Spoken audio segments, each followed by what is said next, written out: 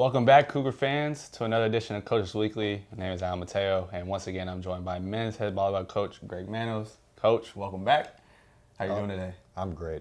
You doing okay today? I'm doing real well. Okay. Especially since, you guys have been able to win a few games these past few days. You guys were able to play St. Norbert and WLC, both coming out in some big W's. And we have a lot to recap today. But I want to start with that St. Norbert game. Knowing that you guys were coming off a really, really rough stretch, 1-6 stretch from spring break to that point. But there was a hope of optimism there where you guys knew that during the second half of the schedule of conference play, you had a chance to turn the season around. And you guys pulled off with a big win. It was a hard-fought win. It was really emotional at the end, especially. You had a lot of big plays coming through. But just talk to me throughout that week of practice. Was there a sense of pressure from the guys, or was it, sense of looseness coming into that game? What did you guys exactly feel before going into that game? Yeah, everyone has that identity search during the season and recognizing when we can make that turn, when we can play our best volleyball. And I think as a group they matured, right, in the recent past year, in the sense of recognizing our strengths, what we need to do to position ourselves to win, and also identifying teams' weaknesses and attacking them.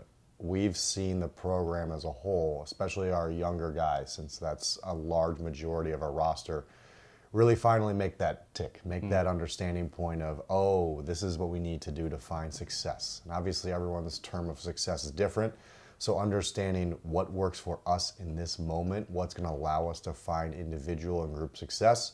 They really matured, and we're happy to see that they took it, they ran with it, they persevered, and they won the marathon, because that match was plus 25 for a lot of the sets, and then at the end, especially in the fifth, when you're going past 15, it's a battle, but it's also a run. So just enjoying them, see them cross the finish line first, especially with the magnitude of our conference and where they're at, it's really enjoyable to see them make that turn. Yeah, it was a spectacular win. Really, really fun to watch. And you had a lot of really great individual performances in that St. Norbert game, Grant Hollebeck, Alexander Ford, William Gozowski with some huge kills throughout that game. Eli Moshe had another really good game that day.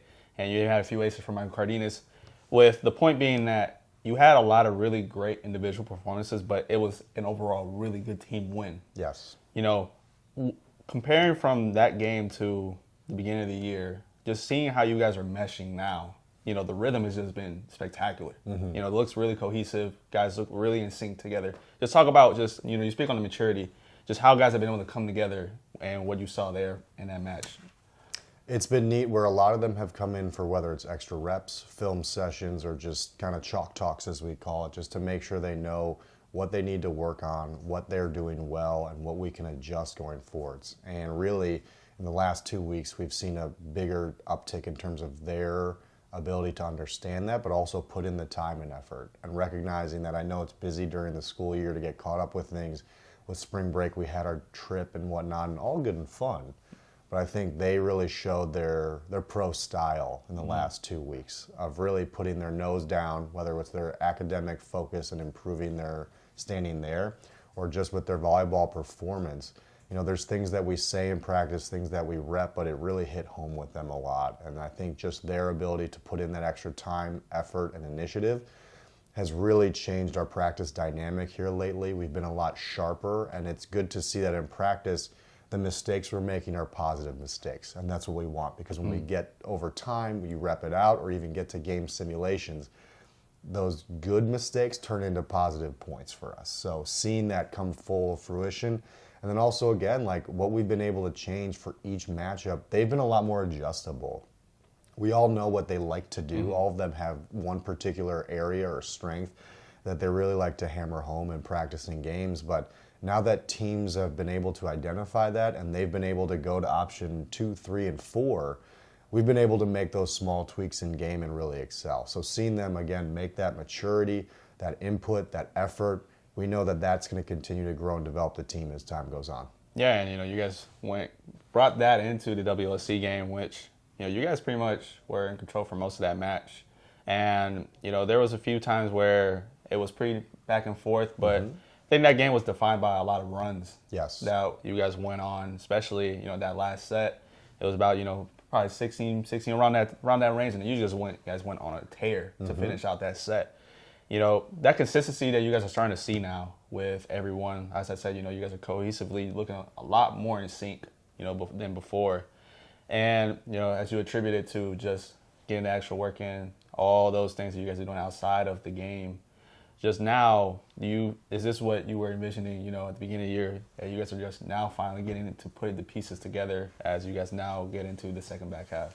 Absolutely, and I think that's been part of the message from our coaching staff to our players and them recognizing it, is there's times to be aggressive and there's times to be smart. And obviously we want to do both as much as we can, but they've recognized each situation and when to do both. So in the game, especially when it's a tight situation or during timeouts, it's been a lot calmer in the sense of recognizing, hey, we need to be more aggressive here and we need to be smarter in these areas. So they've adjusted to in-game switches.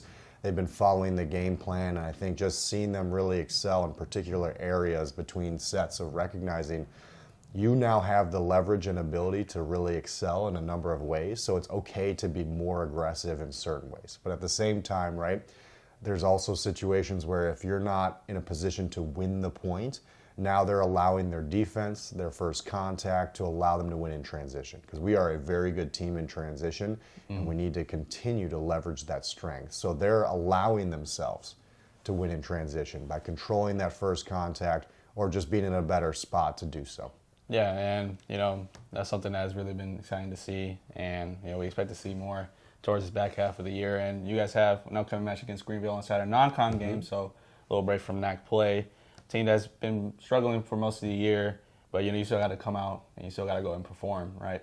Are there some things that you're looking for in this Saturday's match where you want to try out some different things or just see some different sets potentially?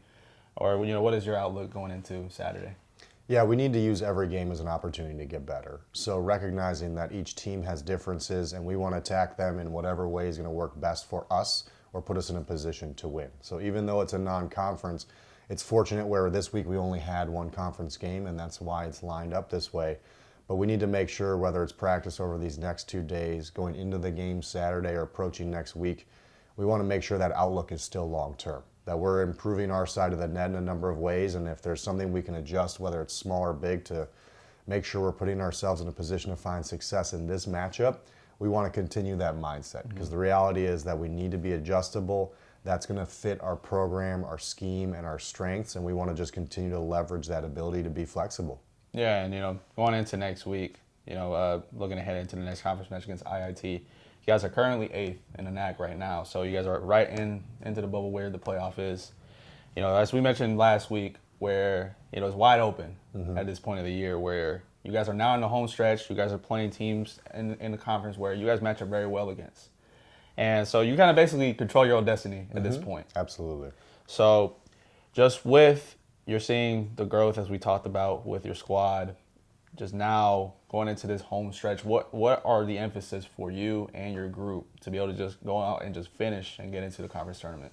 Yeah, like you mentioned, the conference being so much deeper this year, there's so much movement that could still happen in the second half of the conference. So that mention of controlling your own destiny, we don't want to play option A, B, and C with what outcomes could happen. The reality is we just want to put our best foot forwards. So IIT does a number of things extremely well in terms of their individual strengths, but there's also areas that we know we can excel in terms of the matchup. So it's just making sure we're prepared for what they do well, and then also recognizing winning is the best opportunity to get us into the tournament. So we don't want to look too far ahead.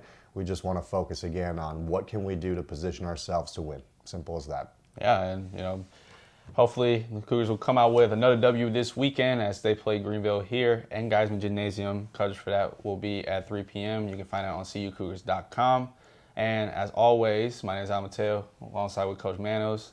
And go Cougars!